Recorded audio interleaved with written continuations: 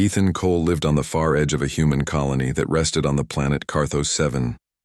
The planet was quiet compared to the core worlds, filled with rocky valleys, wide plains, and skies that always looked painted in soft blue light.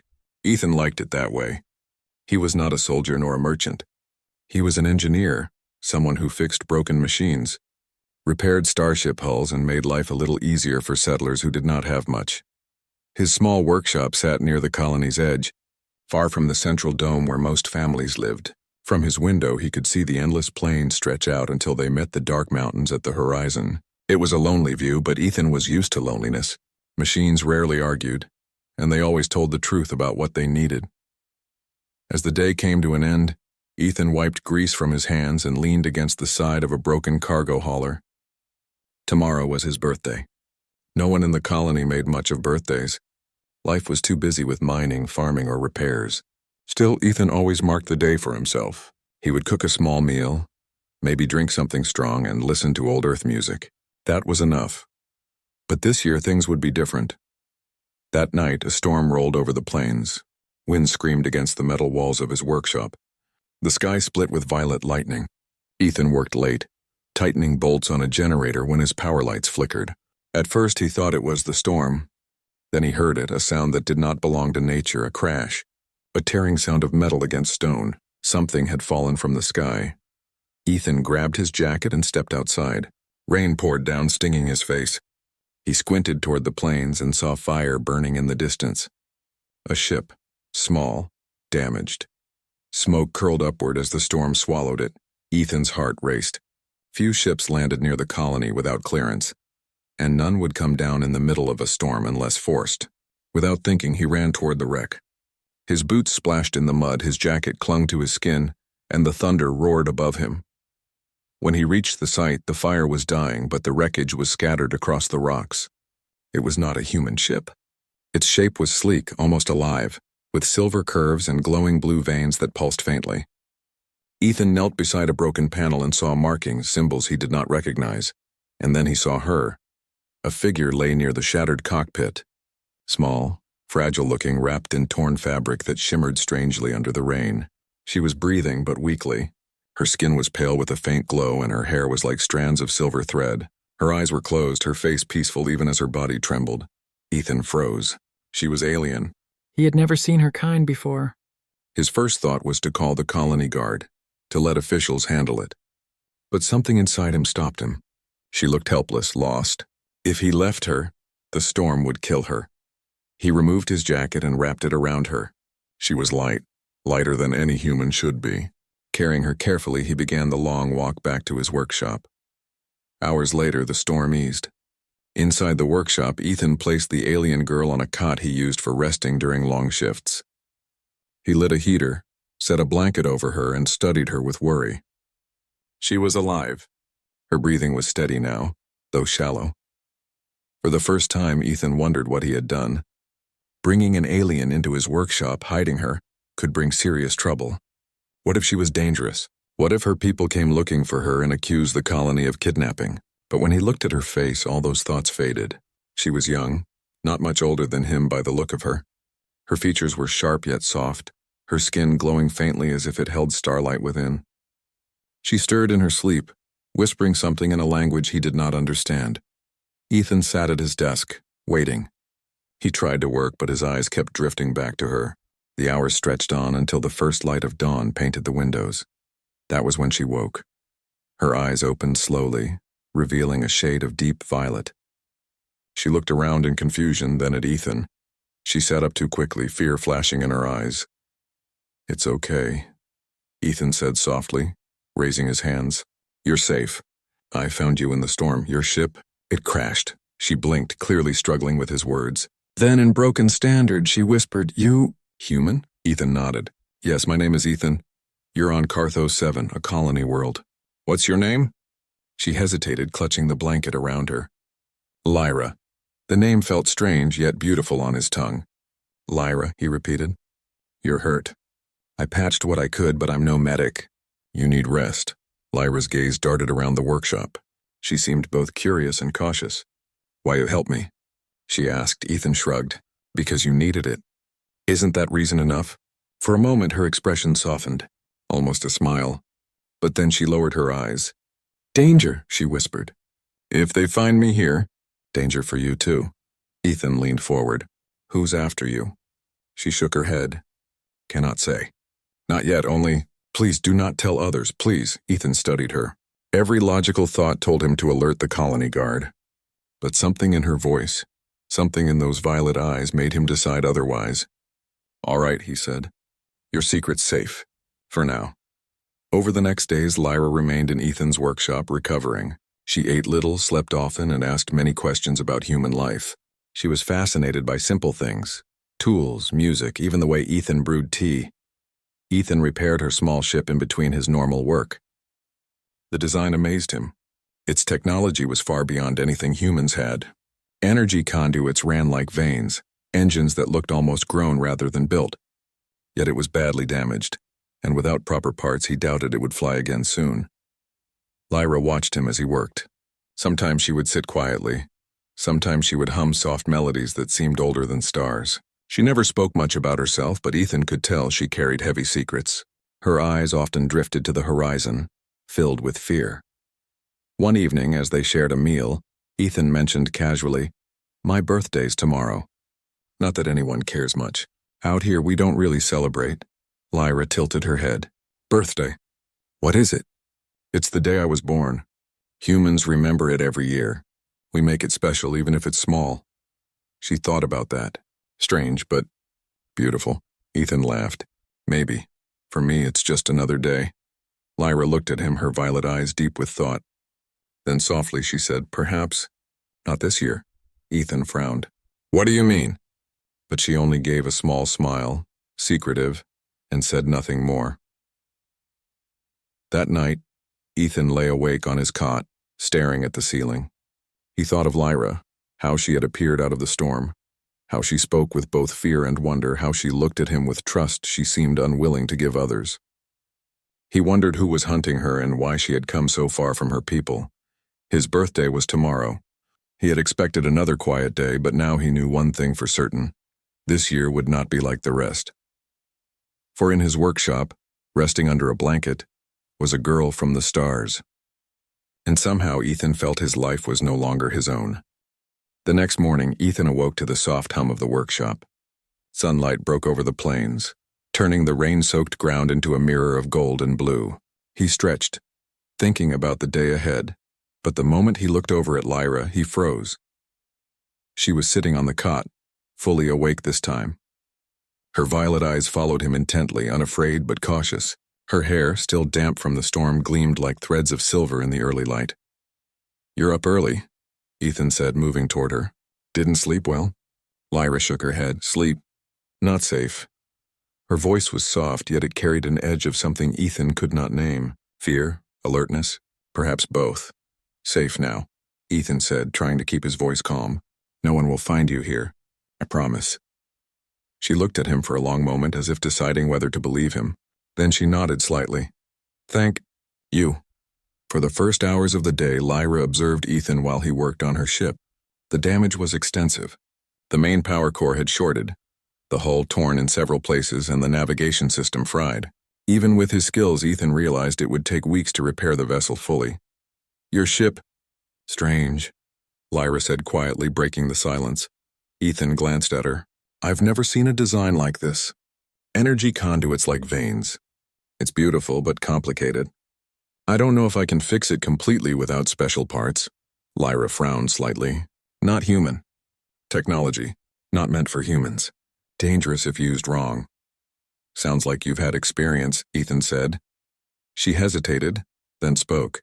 "I ran from home. They wanted control." Ethan's hands froze on a panel he was tightening. "Control? Who are they?" She looked down, clasping her hands in her lap. "My people. My family. I am not what they want me to be. I refused. They hunt me now." Ethan felt a chill run down his spine. "Your people? Like soldiers?" "No, rulers," Lyra whispered. "They wanted alliance, marriage, for power. I refused." Ethan's mind raced. He had expected an injured alien. Maybe a traveler, perhaps someone lost in space. He had not expected royalty. "So you're a princess?" Lyra's eyes flashed. Do not call me that, I am. Just Lyra, Ethan nodded. All right, Lyra, just Lyra. But inside he understood the stakes. If her people found her here, the colony could be destroyed. And worse, Lyra could be taken again, forced into a life she did not choose. Over the next days, Ethan and Lyra settled into a routine. He repaired machines for the colony during the day, and in the evenings they worked together on her ship. Slowly, Lyra began to trust him, though she never spoke of her past in detail. Instead, she asked questions about humans, how they ate, how they worked, how they celebrated birthdays. She seemed fascinated by the simplicity of life here. One evening, she watched Ethan bake bread over a small fire, fascinated by the smell, the rising dough, and the way humans turned such simple ingredients into food. Magic? She asked, her voice curious. Ethan laughed. No magic, just practice and patience, she smiled faintly. Strange, but good. I like humans. Ethan felt a warmth in his chest. You'll fit in here, he said. Or at least, you'll survive. But danger was never far away. One evening, while Ethan gathered spare parts in the town's supply shed, he noticed strange movements in the shadows. A patrol of alien ships hovered above the plains, scanning for signs of Lyra. Their search patterns were methodical, precise. Professionals. Ethan's stomach tightened. They're here, he muttered. Back at the workshop, he warned Lyra. They're searching. We have to be careful. Lyra's face hardened. I knew this would come. We cannot hide forever, but humans fight differently. You are strong, Ethan frowned. Strong? I'm just one man. Not just man, Lyra said, her voice firm. Human, you. Do not give up. Her words struck something deep in Ethan. Humans had survived because of persistence, because they faced impossible odds and kept going. And now, standing in his workshop with an alien princess on the plains, he understood why. The alien patrols grew bolder over the next few days. They scanned the colony outskirts, questioning locals, scanning buildings. Ethan knew that if they found Lyra, there would be no negotiation. They would take her no matter what. He began preparing. He scavenged parts, repaired old drones, and fortified the workshop. It was not much, but it was something. He could not rely on the colony guard. They were unprepared for an alien military force. Lyra watched him, helping when she could. She had abilities Ethan could not understand. She could manipulate energy fields, stabilize machines, and sense danger, but she refused to use them fully, fearful of being detected. If they see what I can do, they will hunt me faster, she warned. Ethan respected her caution. We'll do it your way, he said, but we'll survive. One evening, as the sun set behind the mountains, Ethan and Lyra sat outside the workshop. The sky turned a deep violet, mirroring the color of Lyra's eyes. You celebrate birthdays, she said suddenly, breaking the comfortable silence. Why? Ethan smiled faintly. To remember. To celebrate life. To remind ourselves we exist in a universe that doesn't care if we do. Lyra tilted her head, thinking. Strange, but I understand. Humans value choice. Life, not power. You survive, even when others might control you. Ethan felt a connection. For all her alien grace, for all her nobility, she understood something essential about humans. They never gave up, and they never surrendered their choices. She looked at him, then whispered, I have gift for you. Birthday. Gift. Ethan laughed lightly. It's tomorrow. You don't need to. No. Important, she interrupted. Not object, gift. Me, Ethan blinked. You, me? Lyra did not answer immediately. Her eyes were steady. Choice. I am yours. If you want, I trust you. Her words sent a shiver down Ethan's spine. He had never imagined such a gift. Not wealth, not rare technology, not a treasure from the stars, but her trust, her loyalty, herself. The next day, Ethan's birthday dawned bright and clear. The colony celebrated quietly. Neighbors waved, a few brought small gifts of food or trinkets. Ethan appreciated it, but his mind was on Lyra. She had been unusually quiet that morning, watching him as he repaired his tools. Ethan finally asked, Are you ready? Lyra nodded. Yes, today, tomorrow. Same gift. He didn't fully understand, but he trusted her. Humans survived because they trusted each other in impossible situations. Maybe aliens could too. That evening, the storm returned. Rain lashed against the workshop, lightning painting the plains with stark white light. Ethan checked the perimeter. The patrol ships were still out there, but they had not found the workshop. Not yet. Lyra joined him at the window, calm despite the storm. "They come," she said simply. "We fight." "Together?" Ethan looked at her. She was small, fragile-looking, yet she radiated courage. He nodded. Together. They worked through the night, preparing for the worst. Ethan armed his small drones, repaired the workshop defenses, and modified tools into weapons. Lyra helped stabilize energy shields and reinforced vulnerable points with her powers. Together, human skill and alien ability blended into a fragile hope. By the early hours of morning, they were exhausted. They sat side by side, watching the storm pass. Ethan felt a strange warmth in his chest. "Lyra," he said softly, "whatever happens, I'm glad you're here." She turned to him, her violet eyes reflecting the rising sun. Glad too, gift, not object, myself, for you."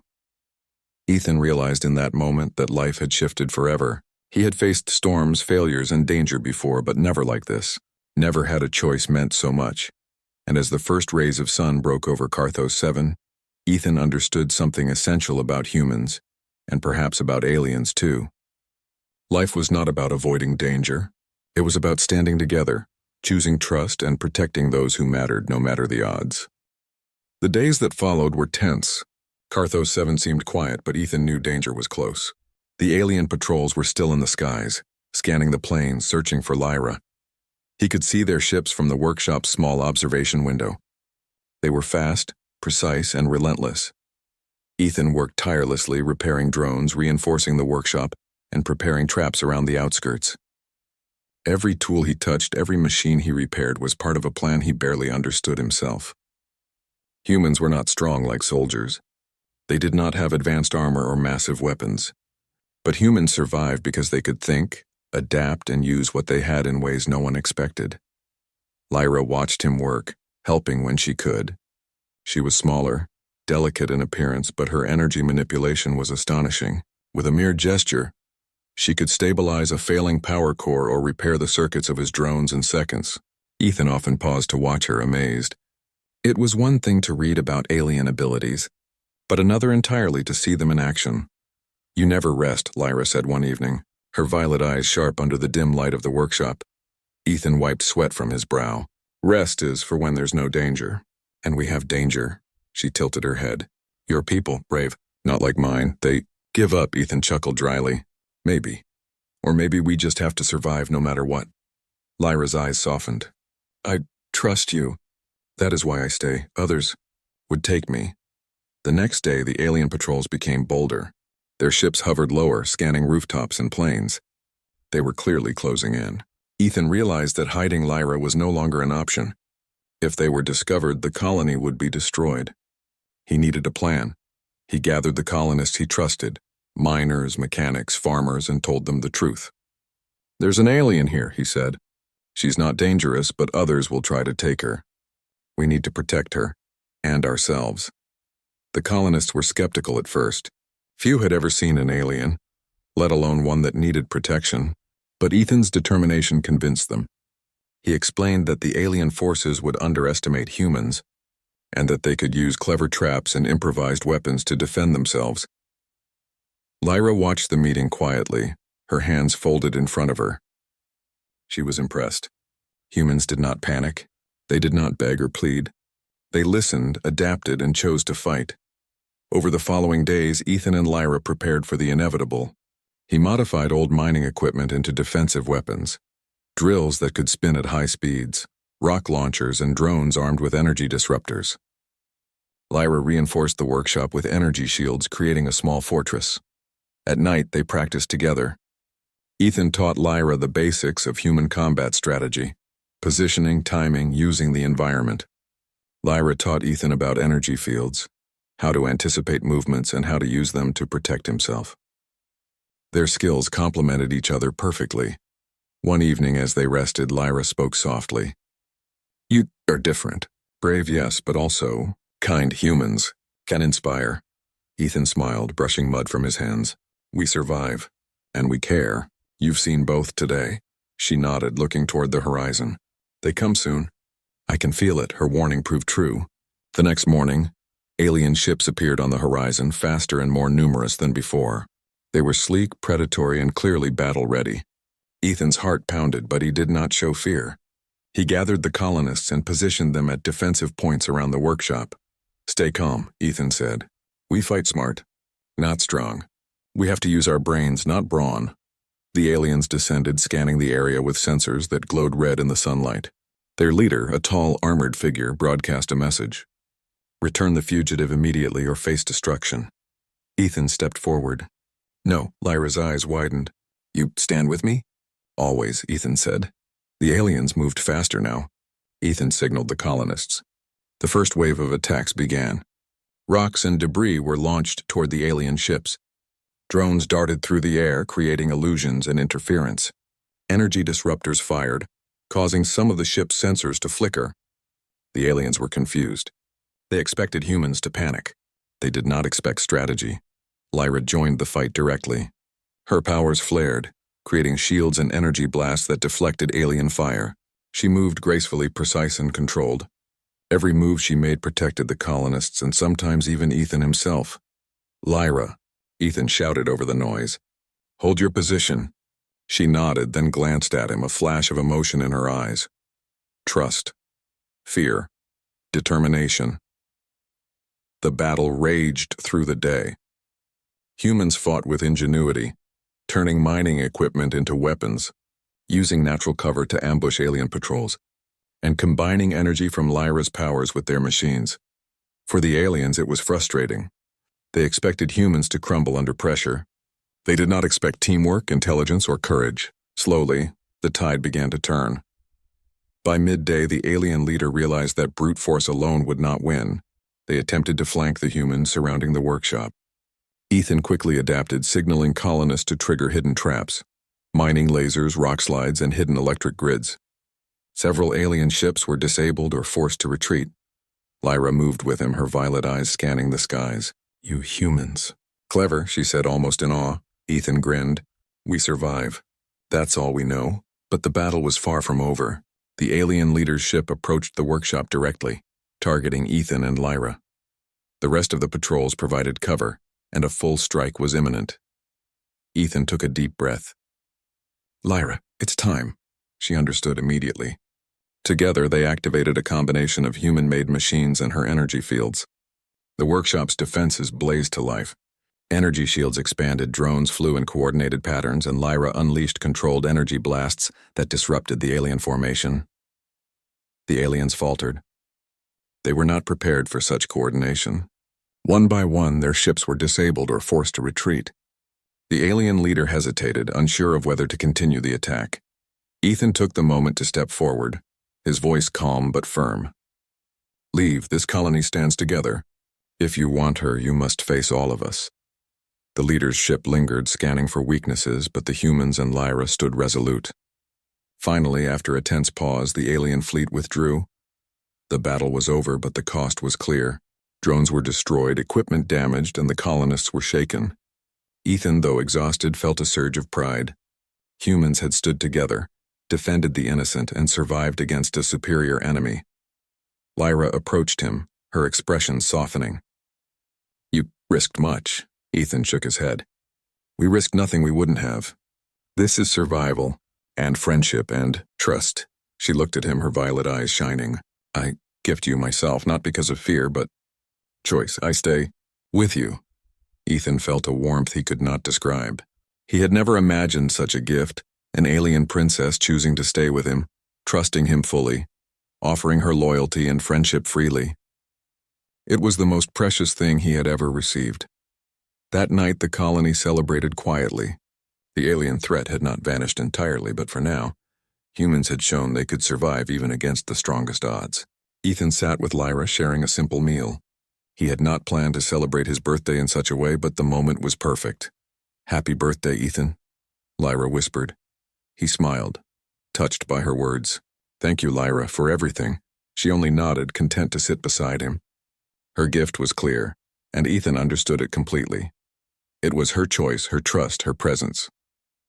It was more valuable than any treasure, any technology, any victory. By dawn, the first rays of sun reflected off the plains, and Ethan felt a sense of hope he had never known. The colony had survived. Lyra had chosen him freely, and together they had faced impossible odds. Ethan knew this was only the beginning. Her pursuers would not give up so easily. But he also knew one thing. Humans survived not because they were the strongest, but because they were clever, determined, and capable of trust that no enemy could understand. And now, Lyra was part of that strength. The morning after the battle was calm, but calm on Carthos 7 never lasted long. Ethan stepped outside his workshop and looked over the plains. The alien patrols were gone for now, but he knew it was temporary. Their leader would regroup, assess the damage, and return with greater force. He glanced at Lyra, who stood beside him. Her violet eyes scanned the horizon, sharp and alert. But there was a calmness in her demeanor he had not seen before. She had grown more confident in the last days, not just in her powers, but in the humans she now called allies. "We can't hide forever," Ethan said quietly. Lyra nodded. "I know, soon.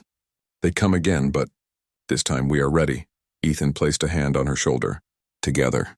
Whatever happens, we face it together." She looked at him, and for the first time Ethan noticed the emotion behind her violet eyes. Trust, respect, something deeper, something unspoken. The alien fleet returned sooner than expected. From the horizon, dozens of ships appeared, cutting through the morning light like silver arrows. Their weapons glowed ominously. They moved as one, precise, relentless, and determined. The alien leader's ship hovered above the others, scanning for Lyra. Ethan called the colonists to their positions. "This is it," he said. "We fight smart.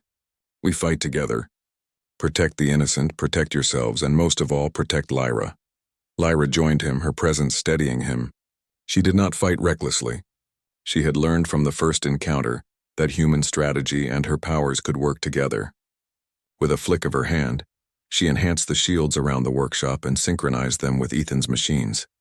The alien fleet began their descent, weapons charged, sensors scanning. They expected fear. They expected surrender. Ethan took a deep breath. "Lyra, now is your choice." She looked at him, her eyes unwavering. "I choose. Always. With you." Her words were simple, yet they carried the weight of her entire being. Ethan nodded and activated the defensive systems. The first wave of alien ships reached the workshop and fired, but their attacks were met with a combination of drones, traps, and Lyra's energy fields. The humans fought with courage. Every colonist used the environment, every tool, every scrap of equipment became a weapon. Mines detonated, creating barriers of fire and smoke. Drones moved in coordinated patterns, confusing the alien sensors. The aliens, powerful as they were, began to falter. Lyra's role became central. She moved with grace and precision, her energy fields deflecting missiles, absorbing blasts, and redirecting them. Her violet eyes glowed as she concentrated, and Ethan felt a surge of pride.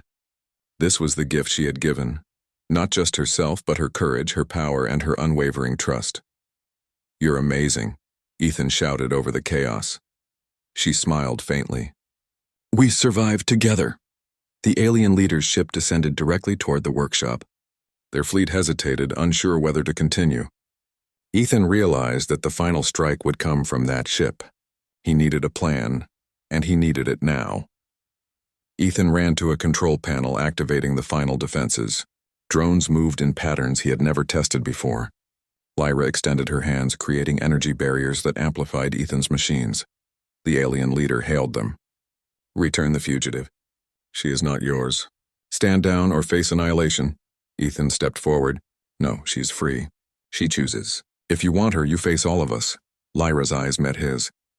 Stay." Her declaration echoed across the plains, and for a moment time seemed to pause. The alien leader's fleet wavered. They had expected compliance, not defiance. They had expected fear, not courage. The battle resumed with renewed intensity. Ethan and Lyra coordinated perfectly. Humans and alien princess fought side by side, each action calculated, each movement precise. Alien ships began to retreat as their formation faltered. The humans, though weaker in raw strength, had used strategy, trust, and ingenuity to survive. Lyra's energy fields flared brilliantly, deflecting attacks and pushing the alien ships back. She moved with Ethan, protecting the colonists, blocking every strike aimed at him. In that moment, Ethan realized that her final gift was complete. Not just trust, not just choice, but loyalty and courage combined. The alien leader, Seeing their forces falter and the unexpected skill of the humans hesitated, his ships began to pull back. Ethan signaled the colonists to hold their ground, refusing to let the enemy escape entirely. The aliens were forced to retreat, realizing that further engagement would risk total destruction. After the battle, silence settled over Carthos 7.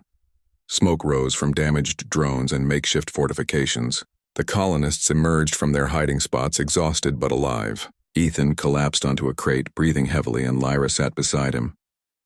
"You did it," she said softly. "We did it," Ethan corrected. He looked at her. You stayed. You trusted me. You chose humans." Lyra's violet eyes glistened. "Not just trust, choice, gift for you. Not because I must, because I want." Ethan reached for her hand. It was small, warm, and alive with energy.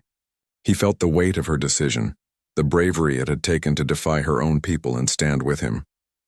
The following days were peaceful for now. Repairs were made, the colony rebuilt, and the humans and Lyra grew closer. She learned more about human life, laughter, and music.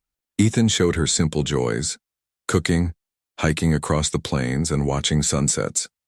On his birthday, Ethan did not receive gifts of metal or gold or technology. Instead, Lyra joined him by the small fire he had built, sitting quietly beside him. "You are my gift," she whispered. Ethan smiled, understanding completely. "No, you are mine." She only nodded, her hand in his, and for the first time he felt truly complete. The galaxy might hold wars, dangers, and impossible odds, but in that moment, he had what mattered most: trust, choice, and the gift of someone who had given herself freely.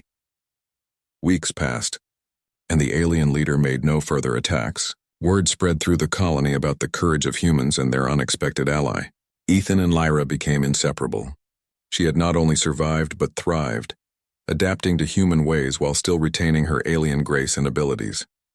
Ethan realized that humans did not just survive by strength, they survived by heart, by courage, and by the ability to inspire trust in others. Lyra's choice was proof of that. She had come as a stranger, a fugitive, and now she was part of their world. One evening, as the twin moons of Carthos 7 rose over the plains, Ethan and Lyra stood together on the highest ridge near the colony.